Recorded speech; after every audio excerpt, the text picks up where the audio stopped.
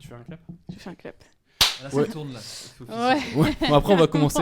Enfin, on Ça a a toujours vraiment une commencé. intro, Je suis pas prêt. Non, mais ça a pas commencé. Ah. Non, ça a pas Enfin, ça commence. En fait, on a D'ailleurs, toujours on a un texte, une pseudo-intro un peu comme là. ça. Après, il y a le Ouais, jingle et après, là, ça part vraiment. Attendez, le texte ici. Il y a un mot pour ça. Ils entrent. Non, pas les didascalies, merde. Putain, il faut pas lire les didascalies. On est parti, Bah Léna. ouais, on est bon.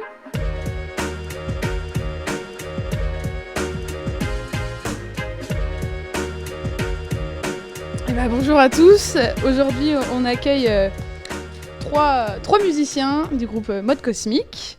Donc, nous avons Yann Ewen, Louri et Clément à notre table. Donc, pour aborder la musique à travers des parcours artistiques. Voilà notre slogan chez Podcraze. Ça va bien, les gars? Bah ouais. Tranquille. Carrément. Ça roule, impeccable. Où on est aujourd'hui? Ouais. Du coup. Et bah, aujourd'hui, on est chez moi. Enfin, c'est. Tout à l'heure, t'as dit à notre table, mais c'est quand même, Oui, c'est la c'est quand tienne. même chez moi. Mais enfin, en tout cas, très heureux de faire ça à la maison, Ouais. dans mon salon. Quoi. Bah, merci de nous accueillir, parce que Pas de soucis. c'est pratique aussi. Du coup, En on a- Bretagne, dans le Morbihan, dans le pays Pourlette, à Guéméné, la capitale du pays Pourlette. Ouais. On voit pas Guémené là derrière, mais il y a des murs épais, mais on est vraiment à Guémené. C'est En fait, c'est un peu notre point central. Ah ouais. Parce qu'on habite tous les trois dans le secteur ici. Ok. Et en fait, si tu traces une ligne entre chez Yann Ewen et chez moi, bah c'est chez Clément. Voilà. D'ailleurs, on est bien placé par rapport à la carte. Ça ferait Malguenac, Guémené et puis Trégornan. C'est la départementale là, qui nous. En fait, Clément, on lui a obligé de vivre à Guéméné. C'est juste pour la route, pour le covoiturage, parce que maintenant, le gasoil, ça coûte cher. Cher, on fait Voilà. soucis Voilà. économiques, écologiques, tout ce qu'on veut quoi. D'ailleurs, tu te plais pas du tout à Guéméné? Non, c'est un peu une horreur, mais Ouais, c'est comme ça, hein. cloisonné dans les murs, mais c'est le boulot Il pleut, quoi. il pleut Bah tout ouais. le temps. Il pleut tout le temps. Je me suis pris une bonne sauce en arrivant. Ouais, d'ailleurs, Parce que vous êtes originaires tous les trois d'ici? D'origine de base, ou vous avez décidé de vous installer par là? moi je viens du Morbihan, Ok. vers Musiac, une petite commune au bord de la mer qui s'appelle Billiers. Moi, je viens du 22, moi, de Bourbriac. De Bourbriac. Donc, entre Guingamp et Rostronin, quoi. Et moi, je viens du coin de Spézet, Châteauneuf, du coup, centre Finistère, est, à l'ouest de Carhaix, quoi. Ok. Voilà, D'accord. pays montagne. Donc, ouais, bon, un bord de mer, et sinon c'est un peu plutôt dans le. Ouais, Bourbriac, non, c'est en terre ou c'est en mer C'est un peu la jonction entre la Cornouaille et le Trégor, quoi. Ah ouais, Donc, c'est un peu les frontières du Crèze-Braise, quoi, plus ou moins. Ok. d'accord. Il pourrait très bien y avoir un restaurant qui s'appelle Entre Terre et Mer, par exemple, à Bourbriac. Ouais, quoi. ouais. Ça pourrait être sympa. C'est quand même assez loin de la mer, finalement, quand même. Mm. Mais- Ouais, t'es jamais vraiment trop loin en Bretagne de la mer, donc t'en es dans tous les Oui, cas. c'est clair. Ouais, c'est clair. Merci pour la phrase de clôture. Question suivante. Et ben on va commencer par aborder du coup tout vos parcours, et on va commencer du coup par toi, Yann Ewen. Oh là. Donc du coup, déjà en tout cas dans Mode Cosmique, c'est du saxophone et du chant du coup que tu fais, mais du coup à côté tu fais aussi de la bombarde Tout à fait. en couple ou dans d'autres groupes. Et donc du coup nous en groupe on a relevé aussi du coup en plus de Mode Cosmique Rollmaillard, le Quartet Zord, ARN, et puis après t'as plusieurs couples, plusieurs trios à côté. Ça on en reviendra plus tard sur tous vos groupes. Alors, si je peux me permettre, il y a des gens qui font pas mal l'erreur depuis le Covid de dire ARN comme ARN messager. Ah ouais. En fait, c'est Arn, Arne. qui veut D'accord. dire orage en breton. D'accord. Ouais. Juste, voilà, la petite Non, mais parenthèse. Tu fais bien, tu fais bien. Donc comment du coup t'as commencé du coup la musique, qu'est-ce qui t'a donné envie d'attaquer, enfin de commencer j'imagine que t'as commencé par la bombarde. Tout à fait. J'ai commencé par la bombarde.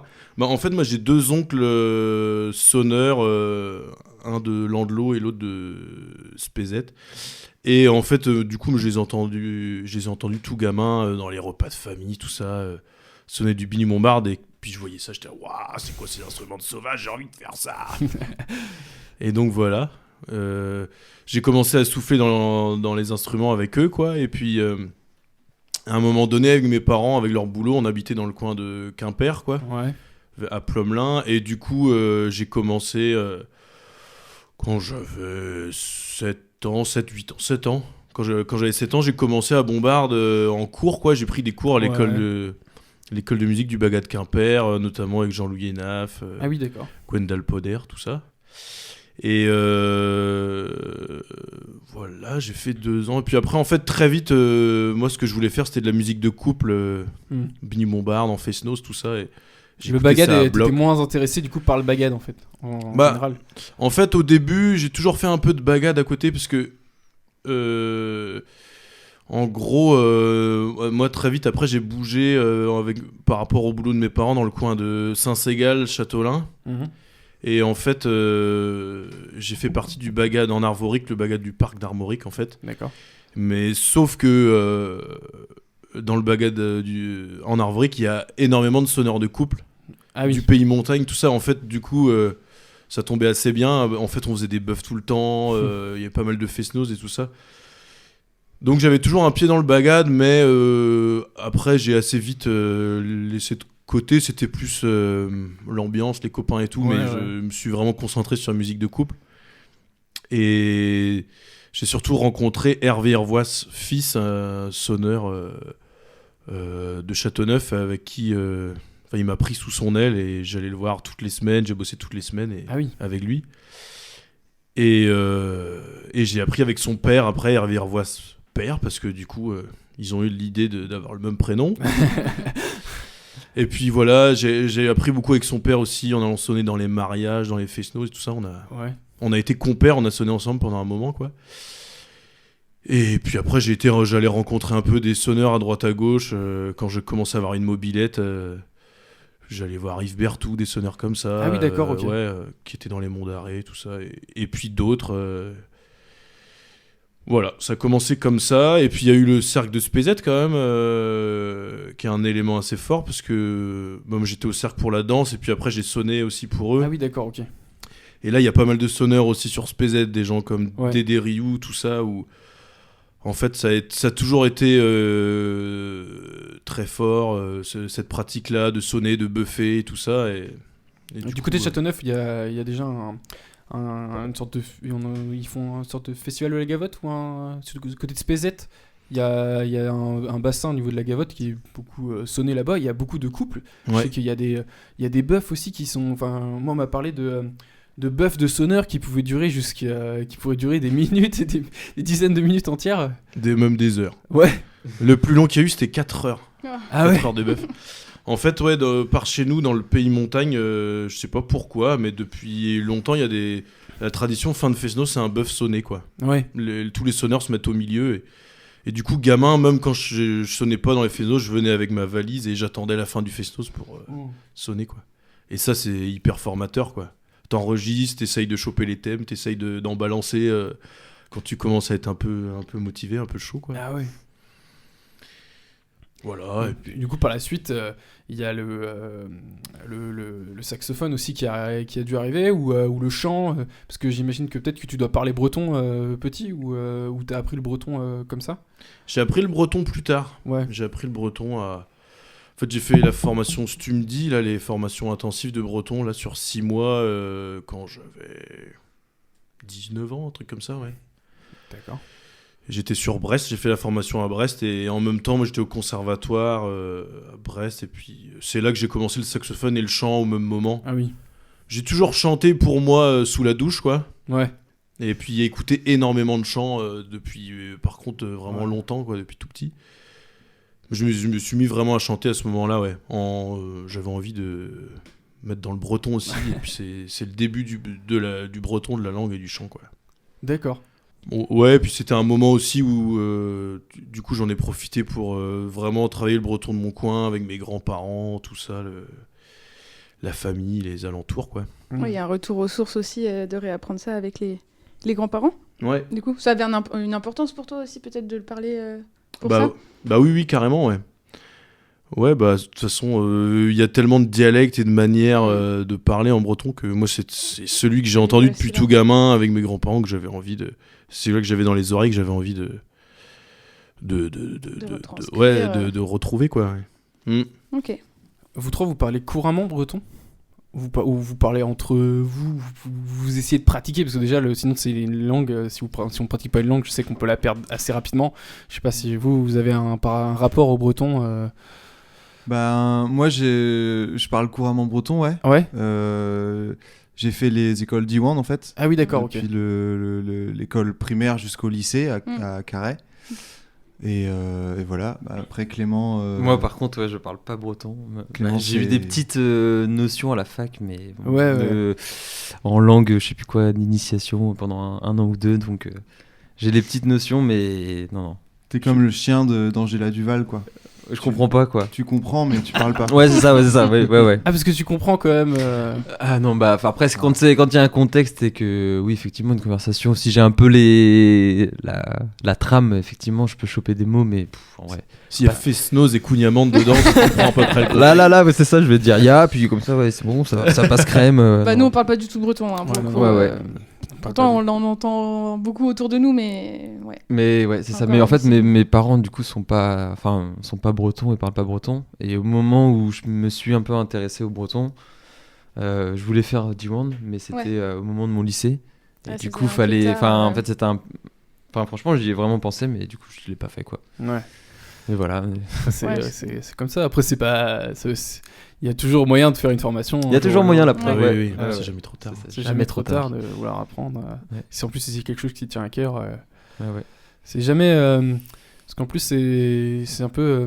Moi aussi, j'ai ce rapport-là où en fait, bah, je parle pas breton, mais par contre, j'adore par exemple d'écouter des chants bretons, les gens qui parlent breton, mais en fait, voilà, bon, derrière, je comprends pas. Ouais. L'idée du podcast aussi est un peu venue de ça, c'est que moi, j'écoute Radio Carnet par exemple au travail.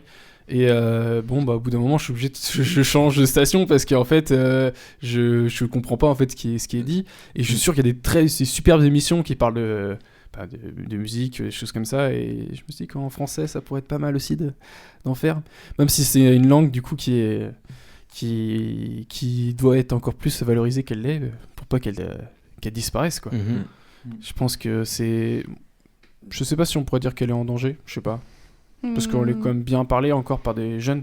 Bah, ça revient, ouais, je pense, justement, non de cette génération-là, de notre génération. Grâce aux écoles D1 Ouais. déjà. Carrément, et puis bon, après, de toute façon, on peut toujours trouver une part de danger dans les langues Ouais. régionales, tout ça, de toute façon, mais oui, elle est quand même. Enfin, on le parle quand même souvent, Oui. régulièrement, dans différents contextes, mais Disons qu'il On peut il y a moyen d'en entendre quand même. Enfin, voilà, pour peu qu'on veuille bien faire un petit peu des efforts, on peut entendre du breton facilement, quoi. Plus Bah oui. que. Mm. Enfin, j'en sais rien, mais dans le monde, il y a peut-être des langues encore plus en danger où c'est impossible d'entendre parler cette langue-là, quoi. Et donc, dans l'écriture, justement, des chants sur vos différentes musiques, c'est lequel de vous qui s'en occupe, du coup, sur la partie bretonnante? Plus toi, Yann Ewen?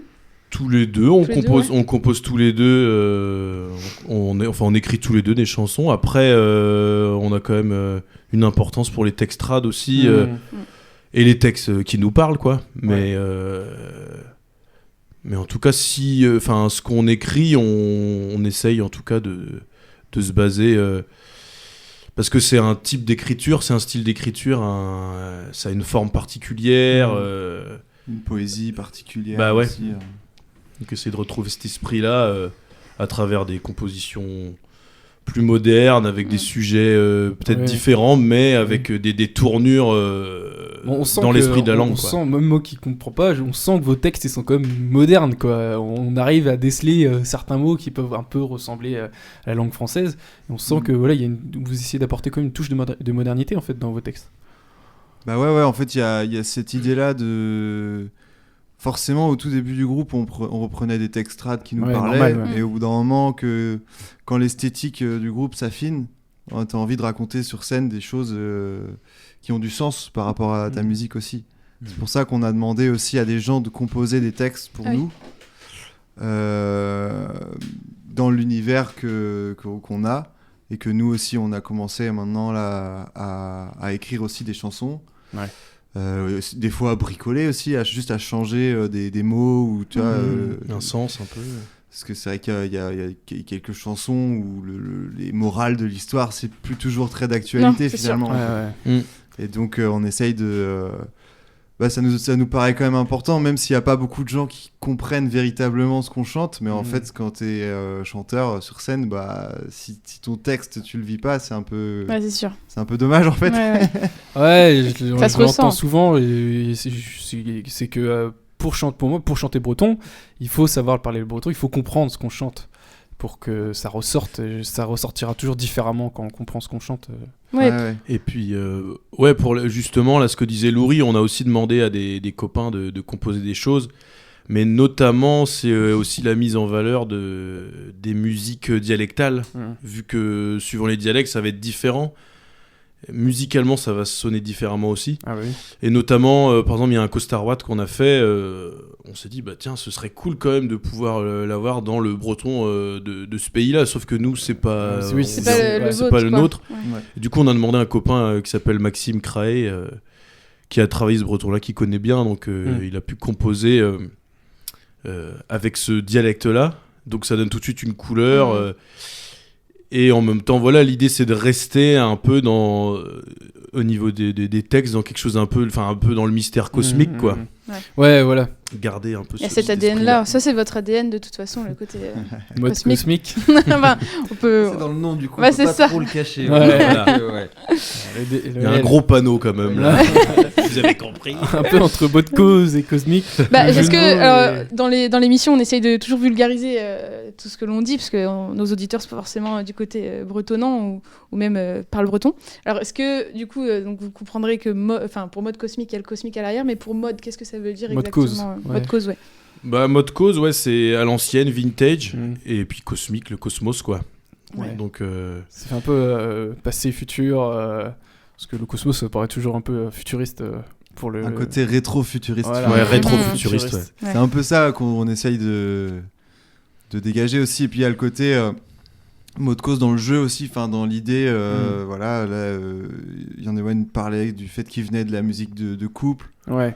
Comme toi d'ailleurs. Moi aussi, en fait, je viens de là. Clément, il vient aussi un peu de là aussi, et puis de l'accordéon diatonique. En fait, il y a une autre dimension dans...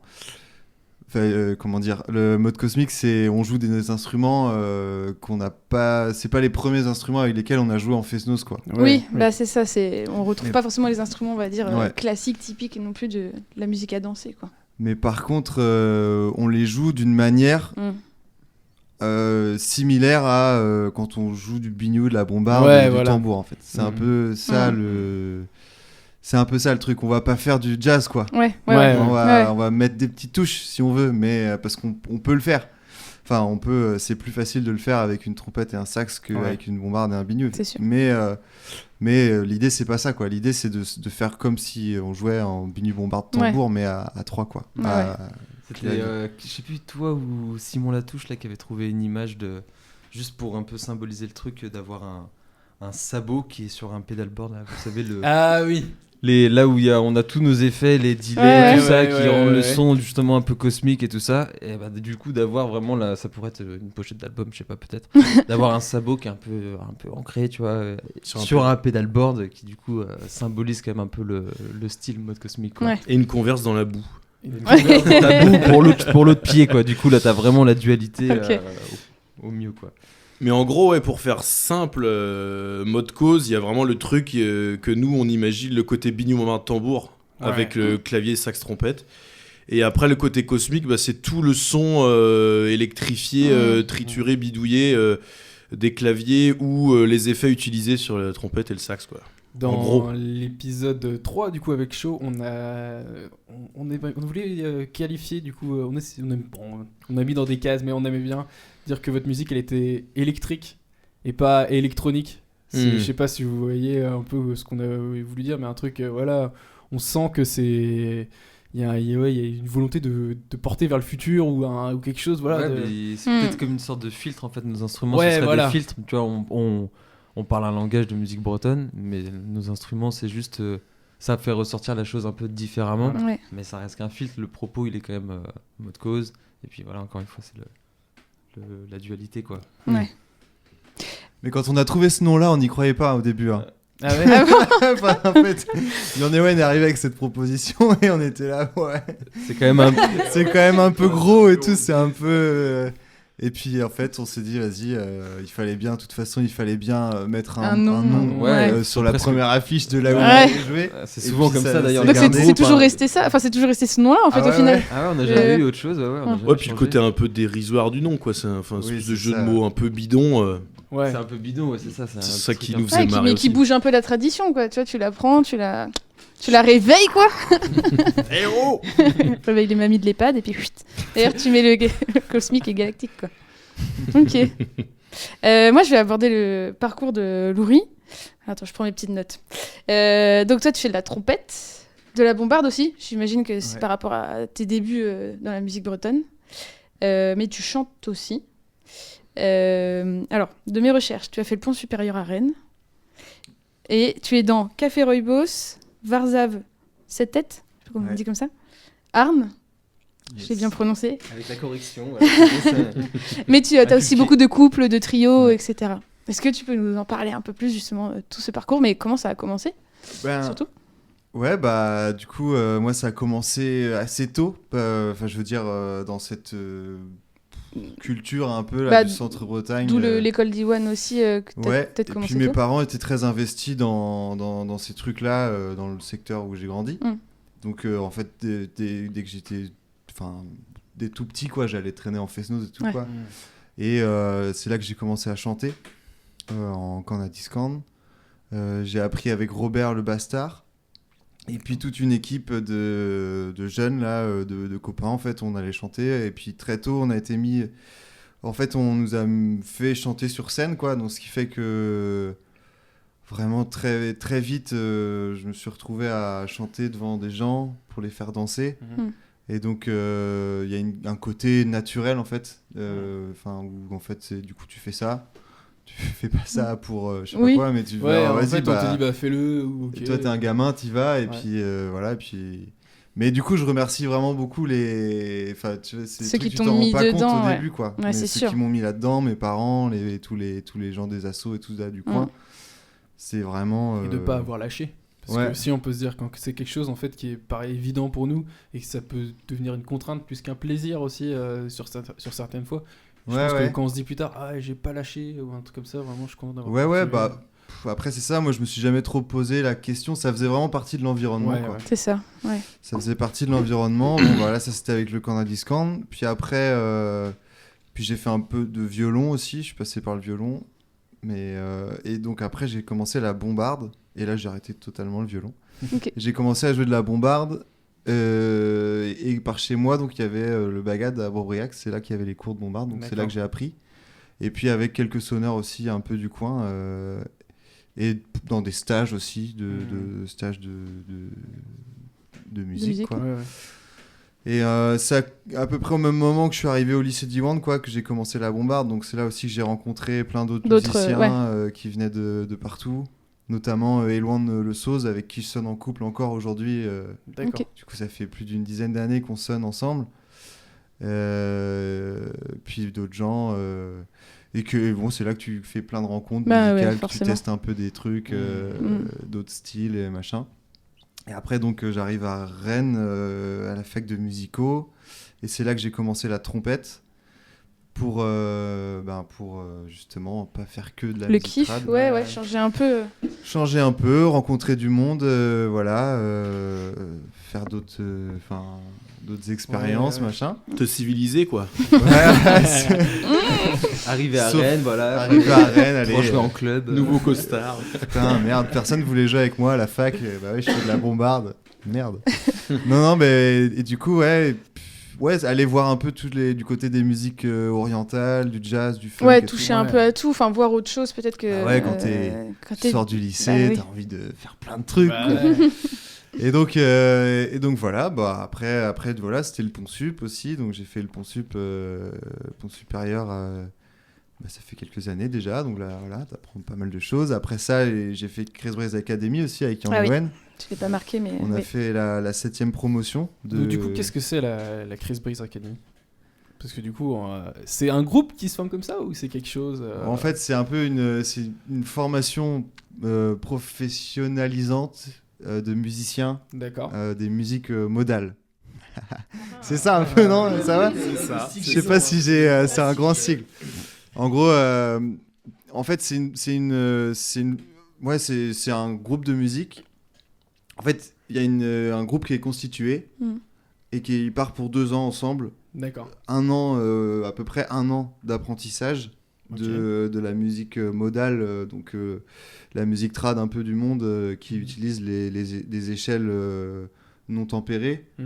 Avec des intervenants grossièrement, partout, avec des intervenants du coup qui viennent du monde entier, et donc on essaye de mettre en lien en fait les techniques d'arrangement, d'improvisation qui sont issues de ces musiques-là, oui. et on les met en lien avec la musique bretonne, quoi.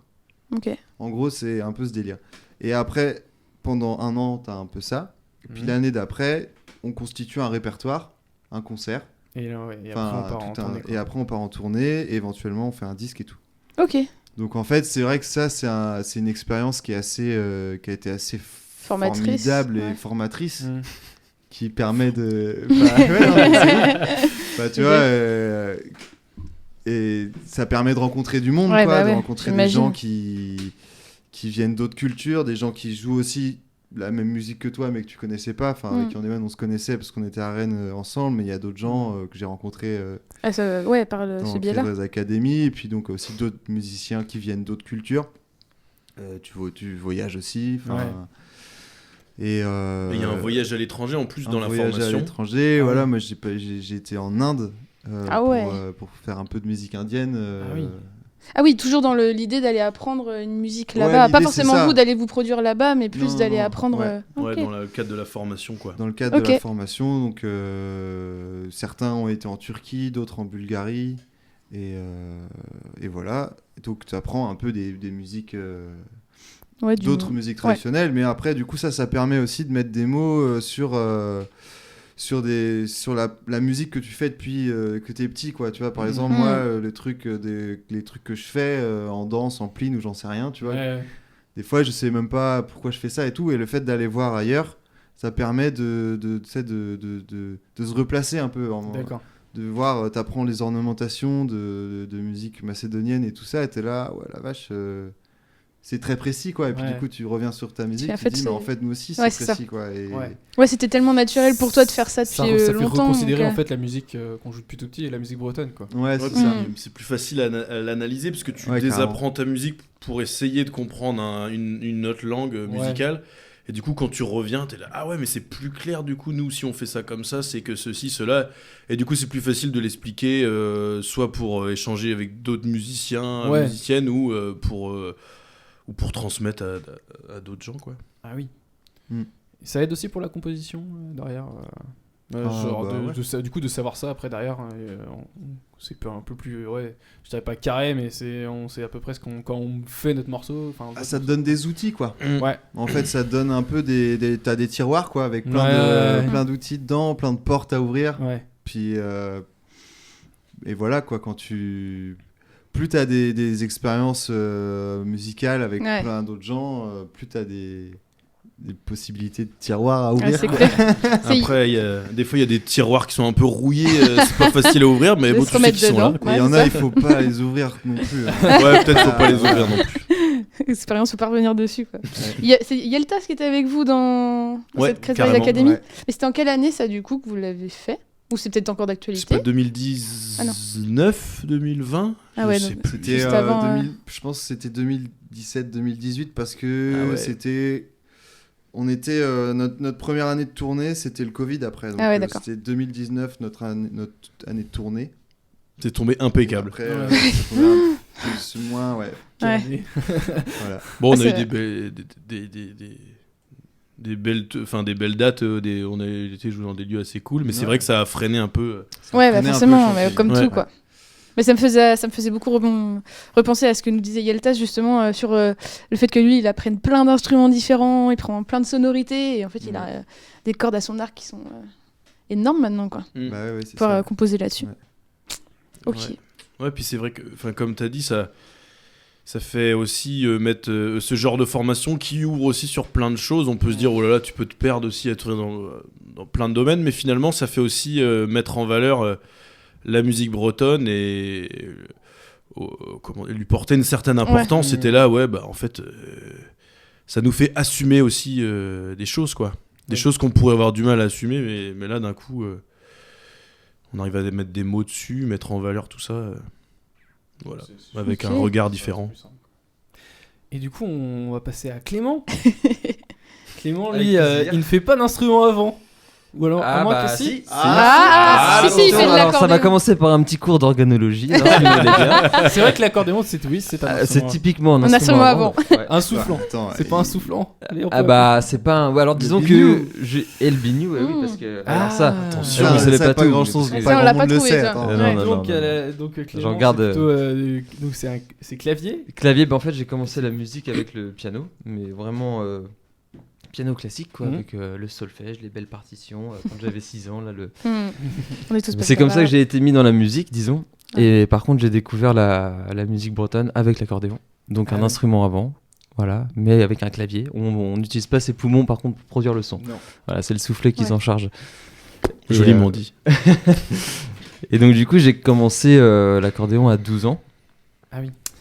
Et dans la foulée, en fait, j'ai découvert aussi l'univers des Fest-Noz. En fait, j'allais jouer avec mon frère et mon père dans les Fest-Noz quand j'étais ado, quoi. Et du coup, j'ai trouvé ça aussi très formateur et trop bien de pouvoir se produire sur scène. Enfin, quand on est jeune et qu'on apprend la musique, on n'a pas forcément l'occasion de se produire. Non, c'est sûr. Alors que là, les Fest-Noz offrent une place sur scène aux jeunes aussi. C'était familial, en fait, ça venait. Et en plus, c'était la familial musique, parce que j'avais même pas le permis. C'était mon père qui m'emmenait. Et puis, bon, du coup, on restait peut-être pas à tous les afters, du coup. Mais voilà, c'était les débuts. Et puis après, j'ai du coup aussi fait un petit peu de biniou. En fait, j'ai appris l'accordéon avec Mike James, qui est un accordéoniste du pays de Ploermel. Je savais pas ça. Ah, mais j'en garde toujours sous le coude pour étonner un peu. Je mets pas. Moi, je savais. Moi, je savais pas. Je mets pas tout sur Wikipédia, justement, pour. Parce que sinon, après, les journalistes, ils savent tout et je peux que répondre oui aux questions. Tu vois. C'est bien. Donc, du coup, donc j'ai appris l'accordéon avec Mike James. Et du coup, j'ai fait un peu de biniou aussi. Avec Gurvan Dreano, qui a joué dans Gwenfall Orchestra. C'est un vieux groupe de Fest-Noz, enfin un vieux groupe, un groupe des années 90, quoi, de mon coin, de Musiac, quoi. Et j'ai fait un peu de biniou. Mon frère qui fait de la bombarde, du coup, on a fait un peu de, enfin voilà, j'ai pu un peu voir ce que ça, mais je me suis juste arrêté au niveau 1, quoi. J'ai pas été au championnat des sonneurs et tout ça, non. Mon biniou, je sais où il est, mais je l'ai même pas avec moi, enfin bref. Et Tu veux pas le sortir là, bon. Je te dis, je sais même pas. Je sais où il est, mais je l'ai pas avec moi. Il est pas loin. Et il est pas très loin. D'ailleurs, je rigole. Il est chez son voisin. Ah, d'accord. Et filer le biniou. Allez, vas-y, joue un peu. J'ai filé en réparation à Georges Botua, qui est mon voisin. Ah oui, d'accord, ok. Ouais, parce que bon, j'ai l'impression que c'est le bignou qui est mal réglé parce que j'arrive pas à jouer. Du coup, voilà. Il lui a dit oui, que le problème. c'est le biniou, Oui, tiens. Ouais, il a pris mon bignou en me regardant, en me disant bon, je vais voir ce que je peux faire. Mais Il lui a dit que le problème était entre les lèvres et les pieds de la chaise, quoi. c'est pas l'anche vraiment, je crois. Mais bon, enfin, j'ai pas trop poussé, mais quand même, ça m'a fait un peu triper de découvrir cet instrument et puis le jeu en couple un peu, même si j'ai fait qu'effleurer un peu le domaine, quoi. Puis voilà, du coup, j'ai continué toute mon adolescence avec mon frère et mon père à jouer dans les Fest-Noz, à écumer un peu les trucs. Et je suis arrivé à Rennes après le bac, où là, j'ai commencé à rencontrer un peu des gens de mon âge. Enfin, mon frère a à peu près mon âge, mais mon père un peu moins, quoi. Et à force, quand on est jeune, on veut jouer avec des jeunes, quoi, pour justement rester aux afters longtemps, quoi. Et du coup, j'ai rencontré, entre autres, Yann et Loury sur Rennes. Mais aussi d'autres amis musiciens. J'ai fait la fac de musicologie comme Laurie. Et du coup, c'est là qu'on s'est fac de musicologie à Rennes 1, Rennes 2, pardon. Et aussi le conservatoire de jazz. Et du coup, j'ai un peu repris le piano que j'avais délaissé pendant que j'avais fait les Fest-Noz avec l'accordéon. J'étais à fond dessus. Et là, pareil, exactement dans le même délire que Louvry, quoi. L'accordéon et tout. Et, je voyais les bœufs manouches, jazz et tout. Putain, l'accordéon, je peux pas faire. Là. Du coup, je me dis, ça se trouve, avec le piano, il y a peut-être moyen de sortir ça, voilà. Et du coup, pas dans le style classique, quoi. Plutôt dans le jazz, dans le domaine des musiques actuelles. Et donc, du coup, en étant au conservatoire de jazz à Rennes, j'ai un peu découvert cette musique-là. Puis après, je suis allé à Saint-Brieuc, donc j'ai eu des cours avec Jean-Philippe Lavergne, qui est organiste, puis qui m'a vraiment ouvert les yeux sur une façon de voir la musique. Il avait une image très claire avec, faut écouter les gens un peu les références, et puis essayer de faire comme eux pour après adapter par exemple une phrase que tu trouves trop bien, tu la joues dans toutes les tonalités pour qu'après elle soit dans tes doigts et ça fasse partie de ton langage aussi, quoi. Oui. Mais qu'après tu la réinterprètes. D'accord. Bon là c'est qu'un petit détail, mais je sais pas, il avait des phrases un peu catchy comme ça qui m'ont fait découvrir plein de trucs. Et tout en parallèle de ça, le groupe avec mon frère et mon père s'est transformé en un groupe de jeunes qui s'appelle Nata. Un groupe de jeunes à l'époque, quoi. Et on était et qui est devenu du coup Nata Big Band. Donc à la base c'était une formation où on était 6. Le trio de base familial avait déjà un peu extrapolé en sextet. Et là vous êtes combien maintenant ? Et là maintenant on est 17 sur scène, donc de plus en plus gourmand, quoi, comme la population qui devient de plus en plus obèse, c'est pareil. C'est compliqué, Nata Big Band, ça se produit pas. C'est ça, ça passe pas dans les portes, c'est trop gros, quoi. Je vous ai vu à Yawank, donc du coup j'étais à Yawank, en 2023. Donc du coup j'avais vu Mode Cosmique, et après j'avais vu Nata Big Bang. Bon, je vous rassure, les deux, déjà, c'était impressionnant. Donc, Mode Cosmique, en plus en galactique, et après, Nata Big Bang. Et c'est impressionnant de voir déjà 17 personnes sur scène, et c'est un groupe. C'est pas un bagad, c'est pas un orchestre, c'est un groupe de... Je sais pas comment expliquer, c'est vraiment un groupe de musique, quoi. Ouais, c'est ça, en fait, ça fait partie des... c'est difficile de qualifier, mais ça, dans tous les cas, c'est un peu des groupes, on appelle ça des grands ensembles, un peu, quoi. Un peu comme là, justement, il y a la KBA, à chaque fois, c'est l'idée de créer un orchestre. Mais tu vois, l'orchestre de musique symphonique, c'est un peu la même chose, mais version moderne. Il n'y a pas 15 violons, mais ça se réduit. Il y a des sections cuivres, des sections rythmiques, etc. Mais ça reste des grands ensembles, quoi. D'accord. Et en fait, moi, cette notion de grand ensemble, ça m'avait beaucoup inspiré, mais notamment par Jacques Pellen, qui a fait la Celtic Procession. D'accord. Où là, du coup, lui, il avait un peu comme idée d'avoir un groupe grand ensemble à géométrie variable, où il y a un peu des référents des stars, en gros, soit de la musique bretonne, soit d'autres esthétiques, qui viennent jouer ensemble des compos, des air trad et tout ça, mais du coup avec vraiment cet esprit fusion, quoi. Ah oui, d'accord. Et ça m'a beaucoup inspiré, en fait, ce style de formule. Mais du coup, effectivement, c'est pas une formule... c'est un gros tracteur, quoi. Du coup, effectivement, il y a du monde à déployer, quoi. Et les entrées de chant, faut qu'elles soient assez grandes quand même, quoi. Ça rentre pas dans... sinon t'es dans le talus vite fait, bon. Tu as aussi fait partie, ou tu fais peut-être encore partie, du Annie Ebrel Tête. Alors, ça, du coup, c'est venu du coup un peu plus tard. Enfin, ça fait 4 ans maintenant que je suis dans le quartet d'Annie Ebrel. Donc Annie Ebrel, beaucoup la connaissent, mais ceux qui connaissent pas, en tout cas, ça fait partie des grandes figures du chant breton, quoi. Ouais. Carrément, aussi bien dans la Goerz que dans le Fest-Noz, en fait, aussi. Et elle a déjà eu plusieurs elle a eu un autre quartet il y a longtemps. Elle a joué avec un contrebassiste qui s'appelle Ricardo Delfra.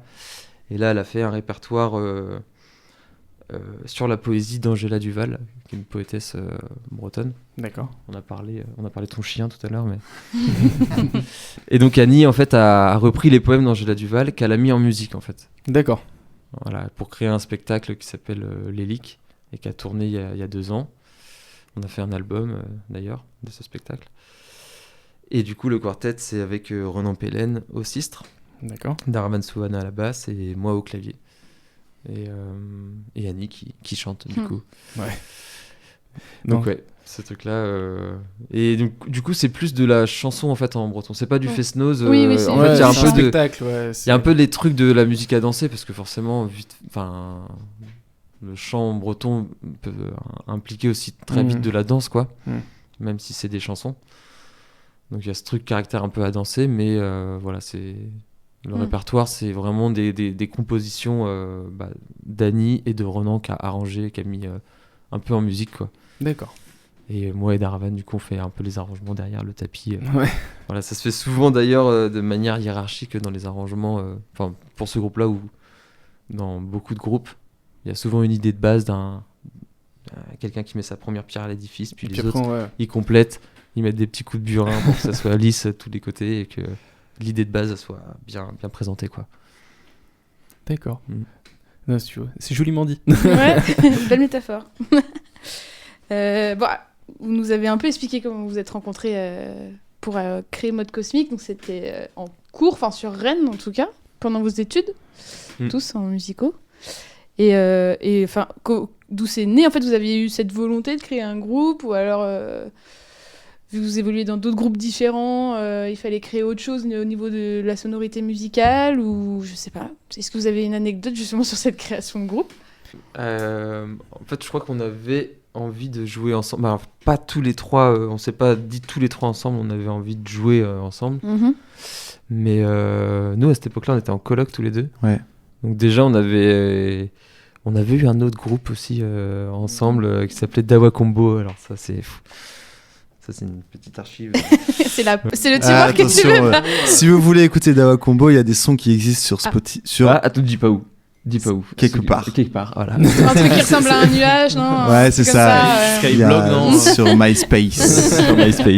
Non, mais effectivement, avec Clément, on était en coloc en bordure de Rennes, quoi. Ouais. Et donc, et avec Yann Ewen, on était au Pont-Sup ensemble. Enfin, Yann Ewen était 1 an au-dessus de moi au Pont-Sup. Donc, par contre, Clément et Yann Ewen, vous connaissiez pas trop. On se connaissait. Non, enfin, même je pouvais pas voir ta gueule. Ouais, Clément et Yann Ewen. Jusqu'à temps que Laurie me convainc du truc, moi, Yann Ewen, c'est qui ce mec là ? Je pouvais pas le voir. Et du coup, en fait, c'est ça. Yann Ewen, t'avais eu un peu l'idée en tête déjà du truc. Bah, en fait, moi, il y a un groupe qui m'a marqué vraiment, le groupe de Festos qui m'a le plus marqué quand j'étais plus gamin. Et puis toujours aujourd'hui, c'est Terre Magique. Ah oui. Terre Magique, donc Christian Duro à la clarinette, au chant, et Jean Floch à l'accordéon et Guillaume Gouerne à la clarinette. Moi, ça, c'était la dernière formule. Il y a eu d'autres musiciens avant. Et tu joues du coup avec eux, tu joues avec Jean Floch dans un groupe. Maintenant, on joue dans un groupe, avec Jean Floch et Guillaume. Oui, c'est marrant. Parce il a réalisé son rêve. Mon rêve de gosse, quoi. Et c'est bon. Non, mais en fait, je trouvais que cette formule en trio, il y avait un truc qui marchait assez bien, qui restait dans l'esprit de la musique de couple aussi, quoi. Chanter, sonner. Et puis, du coup, avec Laurie, on s'est rencontrés au Pont-Sup. Et puis, je me disais, tiens, je trouvais ça cool, vu qu'il avait un peu le même parcours que moi, sonner. Et puis là, qu'il s'était mis à la trompette et tout ça. Voilà, D'ailleurs, on avait commencé une formule avant avec Bison au baryton. Ouais. Un copain qui était au Pont-Sup baryton. Mais c'était pas vraiment... mais on avait fait des tests un peu pour triper, quoi. C'était un peu le début du délire de sonneurs de bombarde, en fait, qui jouent trompette et sax, quoi. Ouais.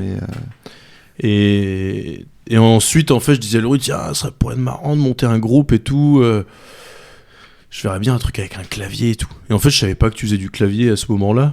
Et puis Laurie dit, moi j'ai un coloc qui fait du clavier, qui s'appelle Clément Dallot. Puis voilà, on a testé. Et... C'est Laurie qui a fait un peu entremetteur sur ce coup-là. Entremetteur. C'est souvent Yann Ewen qui est entremetteur parce qu'il va présenter, tiens, je te présente un tel, et puis après il s'en va, puis du coup tu te retrouves avec l'autre. T'es un peu obligé de causer. Mais sur ce coup-là, c'est vrai que c'était Laurie qui a fait un peu le lien. Basse valente, comme on dit en breton. Ouais, voilà, c'est ça. Et donc Yann Ewen, il avait déjà quand même des kilomètres de thèmes à proposer. À ce moment-là. Déjà plein d'air qui partaient dans tous les sens. Qui partait même encore plus dans tous les sens que maintenant. Ouais. Si ça se trouve. Là, il y avait moins de sagesse. Ouais. Il y avait de quoi faire. Jeune. Et en fait, d'ailleurs, je me souviens de la toute première répé chez nous, du coup, dans notre coloc là. Ouais. il y a un morceau qu'on joue encore aujourd'hui. Ah oui. Le L'Oudéac, on est toujours. C'est le premier. C'est le premier morceau et on a quasiment pas modifié les thèmes et les arrangements, c'est presque tel quel. Alors qu'il y a plein de morceaux en fait. Si, quand même, on a quand même bien modifié. Hein. Ouais, mais je veux dire, c'est vrai que c'est quand même la même. Ouais, si, on a peut-être modifié il y avait même carrément un thème au milieu qu'on joue plus. Oui, mais on a simplifié, mais sinon les arrangements et les thèmes, c'est pareil. C'était pour la romance. non, mais effectivement, je m'en souvenais plus trop. Mais il y avait un thème, mais autrement. Le groove, le premier groove que t'es arrivé le premier thème et le premier truc un peu emblématique du morceau, ça a toujours resté. Oui, c'est ça, là. C'est ça, ouais. Le cœur du morceau est resté, alors qu'effectivement, il y a eu plein de morceaux depuis qu'on a créé et puis qu'on a pas mis à la poubelle, mais qu'on joue plus. On les a remaniés un peu dans tous les sens, ça a changé les thèmes. Mais par contre, effectivement, ce premier morceau, le morceau de la rencontre, est toujours d'actualité. C'est quoi votre morceau préféré? Ou là, il n'y en a pas? Il y a peut-être un morceau que vous aimez plus que d'autres, vous aimez bien le jouer? En général, c'est les derniers. Mais... Ouais, il y a des trucs. C'est marrant parce qu'en fait, on a. Le groupe existe depuis quoi? Peut-être 5-6 ans. En plus maintenant, 7 ans je pense. Wow. C'est avec le Covid et tout, on sait plus trop compter. Ouais. Mais en fait, il y a vraiment des morceaux, des nouveaux. Là, on fait un nouveau répertoire, donc on a des nouveaux morceaux qui sont plus dans l'esthétique de ce qu'on aime bien faire maintenant. Ouais. Mais il y a le fait de rejouer certains vieux morceaux, des fois ça procure aussi une sensation trop bien, quoi, parce que on a tellement on a beaucoup de répertoire. Ouais. Donc des fois en phase 2 on peut pas tout jouer, quoi. Bah oui. Donc souvent il y a des morceaux qui passent à la trappe. Ah oui, et puis des fois c'est un peu les mêmes, on les oublie du coup, et puis on est là des fois, ah putain c'est vrai qu'il y avait ce morceau là, ça fait longtemps qu'on l'a pas joué, et on le rejoue. Et en fait le fait qu'on aussi comme on joue beaucoup ensemble, on se connaît aussi bien musicalement et tout, donc en fait on peut vraiment on s'amuse, quoi. Facilement vraiment, le faire. On a peut-être une part d'improvisation. Il y a une énorme part d'improvisation, et c'est ça qu'on aime bien, c'est cette liberté, et puis le fait aussi de se faire confiance entre nous trois pour se donner cette liberté-là, et aussi du coup ce qui fait que des vieux morceaux qu'on joue depuis longtemps, des fois ça peut revenir comme ça parce peut revenir, mais en n'ayant pas grand-chose à voir avec la version de base. La version de base, enfin le squelette c'est là et c'est le même. C'est ça, ouais. Mais on se donne un peu le droit de le retourner un peu dans tous les sens. De toute façon, Clément, s'il change un accord, nous ça va rien nous changer parce que tu vois, s'il change la grille. Et puis c'est ça en fait, la en fait, tu vois, particularité du truc, Voilà. C'est que il y a aussi en gros, il y a toujours le dialogue entre saxophone et trompette. Il y en a un qui mène ou c'est l'autre, et moi j'accompagne. Mais en fait, à presque n'importe quel moment, on doit jouer exactement une même partie, comme si par exemple il y avait une section où du coup les trompettes jouent vraiment la même pêche à ce moment-là. Laurie peut faire une phrase et Yann y répond par une variante. Du coup, à chaque fois, c'est improvisé. Et moi, je peux improviser des rythmiques, et puis c'est pas grave s'il n'y a pas un batteur qui est pas au courant, voilà. Eh oh mec, tu fais quoi là? Qu'est-ce qui se passe? En gros, on peut changer un peu nos parties dans l'instant, cette quoi. liberté en fait sur scène par rapport à comment vous vous accordez entre vous. Pour après, évidemment, ça change pas du tout.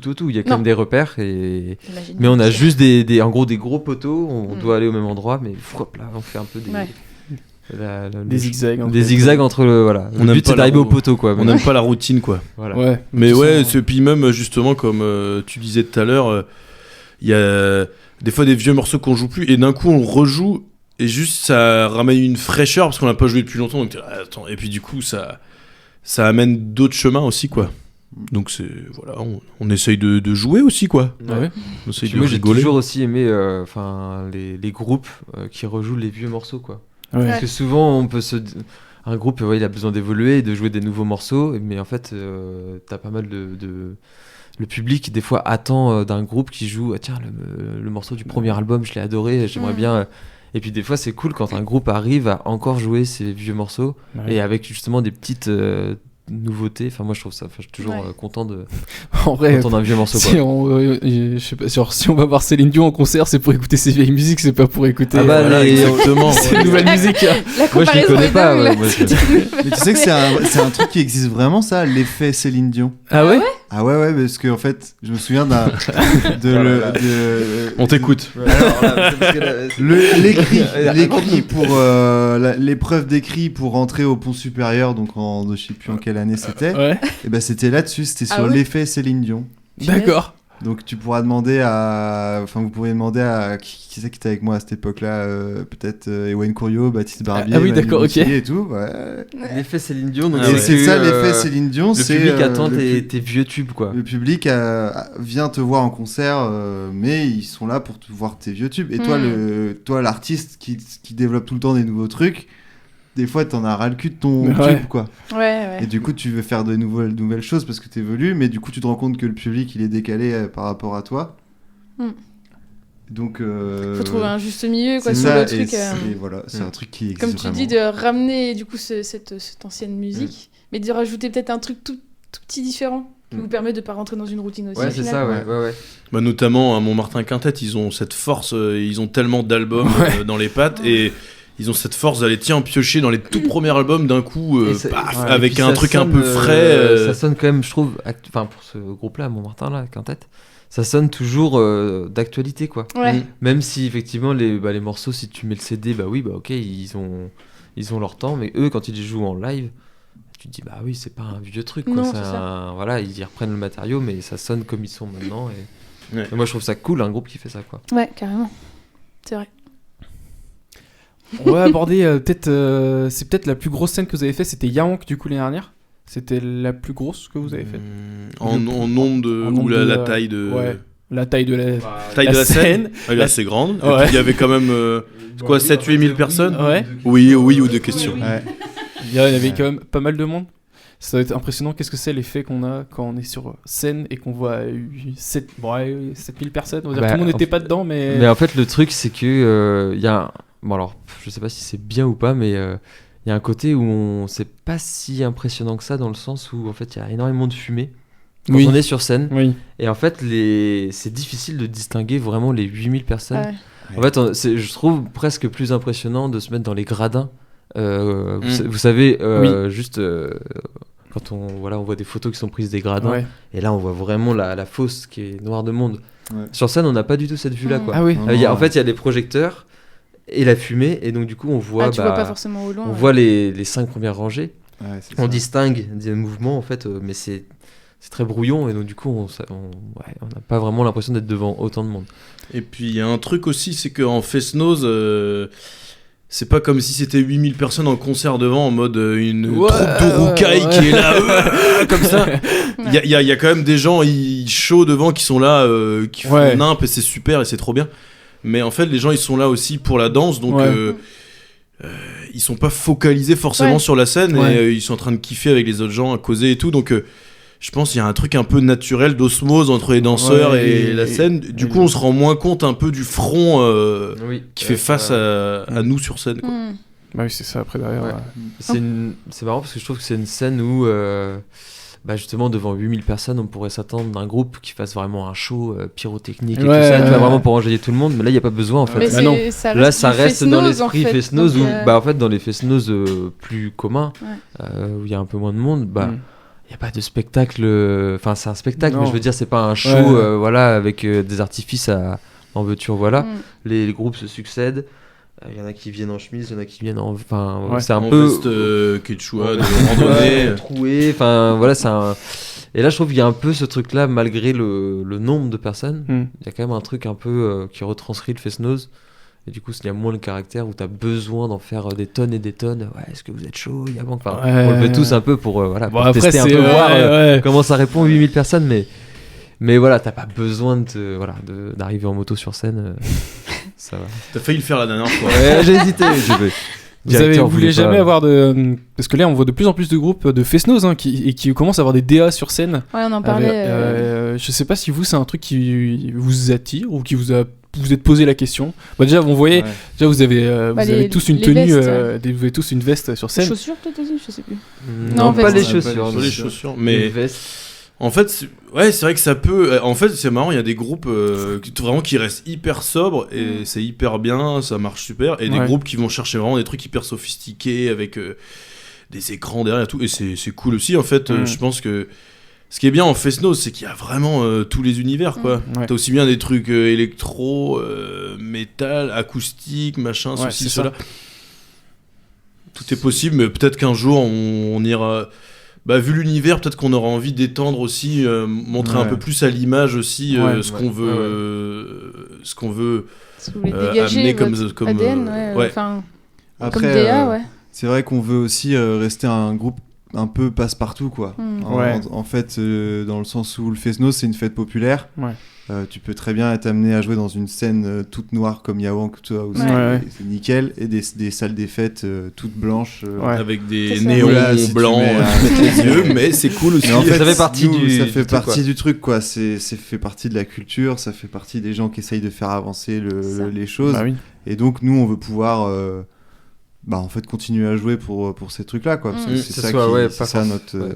c'est ça Parce le que truc. le côté galactique, parce que du coup, vous avez une deuxième formation qui s'appelle Mode Cosmique Galactique. Ouais. C'est pas pour amener plus sur ce côté spectacle, donc c'est juste une autre formation parce qu'il y a plus de personnes sur scène. C'est juste galactique, là on va plus dans la galaxie et du coup on rencontre un peu d'autres personnages. Quoi. Non, bah, c'était le délire de. C'est ça. On s'est posé la question, au lieu de dire mode cosmique quintet, peut-être trouver un nom un peu qui illustre un peu le fait que ce soit en plus grand nombre, quoi. Mais il y a pas forcément plus de le concept. Ok. Le concept, il reste le même. Le même, ouais. Parce que du coup, moi, je vous ai vu au fil, là, cette année. Et c'est vrai que, est-ce que, je veux dire, le public, ça va moins sur de la danse, peut-être sur une scène comme le Quai de Bretagne en fin de soirée. C'est vrai que c'était plus des gens devant, j'étais au premier rang, typiquement, à plus vous regarder, à vous écouter, que forcément à taper du pied derrière, quoi. Mais c'est peut-être par rapport à la scène que ça se prête, quoi, aussi. Bah, c'est vrai que le mode cosmique galactique, ça s'apprête bien pour les grosses scènes aussi, quoi. Et le trio, comme tu disais, c'est plus passe-partout aussi.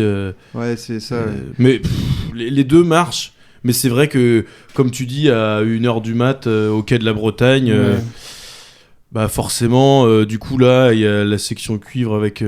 Enfin, en tout cas, il y a un trombone en plus. Donc, il y a vraiment une vraie section cuivre, entre guillemets, plus la batterie. Donc, tout de suite, on peut jouer beaucoup plus sur les dynamiques aussi. Ouais. Porter les gens dans ce contexte, ce genre de contexte, quoi.